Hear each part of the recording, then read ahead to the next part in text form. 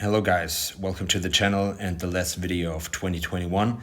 And I pulled the trigger again on a new watch and I've bought another quartz piece. I mean, no, there's no secret behind it. It's a very popular piece, the Tissot PRX in quartz with a blue dial. So the title of this video is that Tissot made a mistake. And it's a little bit clickbaity. I totally agree, but the biggest issue I have with the watch is the actual box, and I know that you buy a watch for the watch itself, but part of the experience is the box, and this model is addressed to new watch enthusiasts, future watch enthusiasts, and it would be easier, in my opinion, to get those people into higher end pieces if you have a nice experience about the history of Tissot and a nice box. And here you simply get this box. It's not ugly. I mean, it tells you something about the history.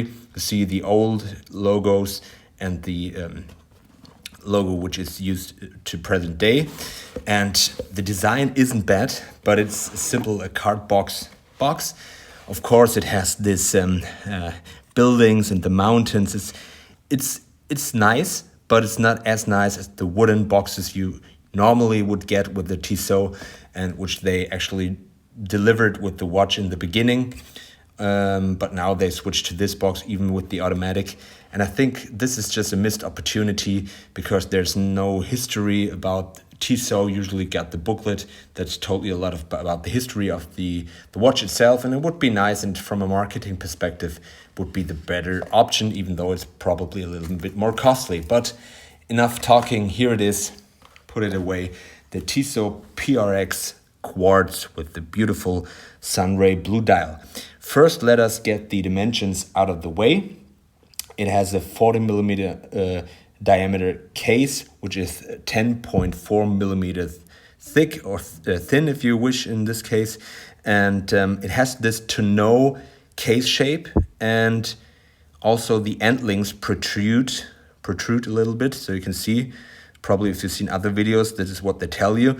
And I don't think that it is suitable for any kind of wrist. Today I'm wearing the other quartz piece I've bought recently, the Timex, the Pepsi style, or the Pan Am style of the Q reissue. And it's the 39. Here you can see them both having those tonneau case shapes side by side.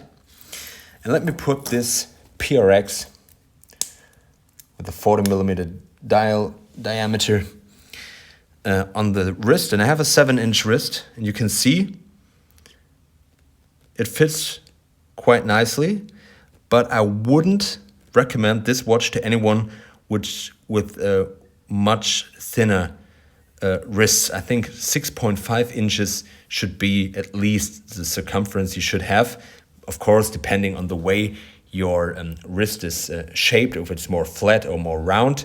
But in this case, I think I have a pretty standard shaped wrist, 7-inch wrist, and I think I can totally get away with it, but I wouldn't recommend it to very small wrists. Simply go to the dealer, put it on, and you'll see, like with other watches. What else is there to say? The name, PRX. It stands for precise, robust, and the X is the Roman numeral for 10 marks. In this case, 10 bar. It's 100 meters water resistant. And this is basically the way the things about to tell you about the specifications. You can see that it has a beautiful taper, and the case is just... The finishing is really there for a watch at this price point. You have this very nice vertical brushing. It's fully brushed, the bracelet, and it has this beveling going around this high polished round border of the dial. It has a signed crown, a simple pressed case back, but I don't care. The butterfly clasp is milled and has a nice action, a nice satisfying click to it, and you have the Tissot logo with the date, which it dates back the company to 53.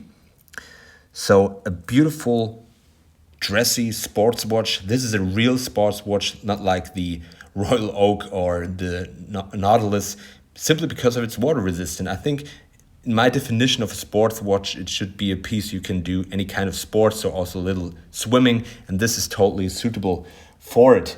The other thing worth mentioning is that it has this quick release or quick change system for the bracelet, which is something interesting because there aren't any alternative strap options out there right now at this point where I'm making this video, but this will hopefully or probably change.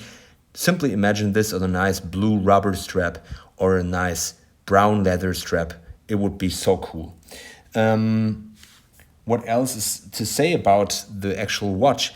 Many of you might say, wow, this is another homage of a Rolex Oyster Quartz or Royal Oak, Vacheron Constantin, overseas and stuff. All those very sought after integrated bracelet type of watches.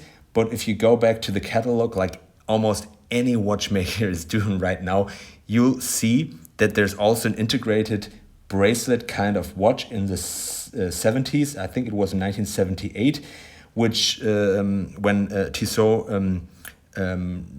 brought the Seastar Sport watch to the market, also with an integrated bracelet, a blue dial, a quartz movement.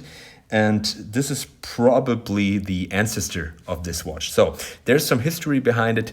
And let's face it, in the 1970s, almost any watch brand out there had an integrated bracelet type of watch. And this is so comfortable. I couldn't believe it. It's one of my go-to pieces right now. It's nice to have a quartz back in the rotation because I simply put it on and it works. It's on time.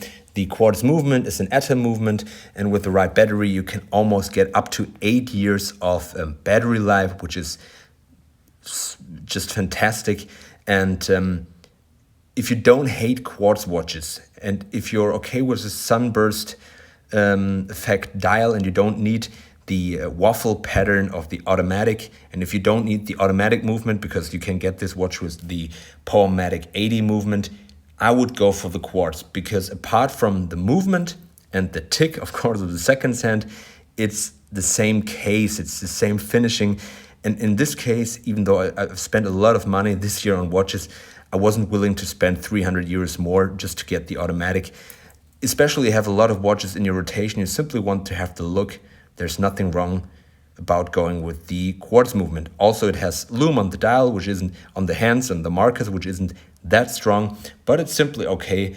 And yeah, if you're into buying your first fine or entry-level luxury watch, and if you're okay with quartz, I highly recommend this Tissot. It's just a beautiful watch, and you can see it even with a shirt with tight cuffs. It simply fits under the cuff. So it's an everyday piece, very versatile, with a blue dial, a black dial, or the white creamy dial with the rose gold accents. So a watch I highly recommend. Thank you very much for watching, guys. I simply hope that we will reach the 4,000 subscribers mark very soon next year. I wish you all the best for 2022 and see you on the next one.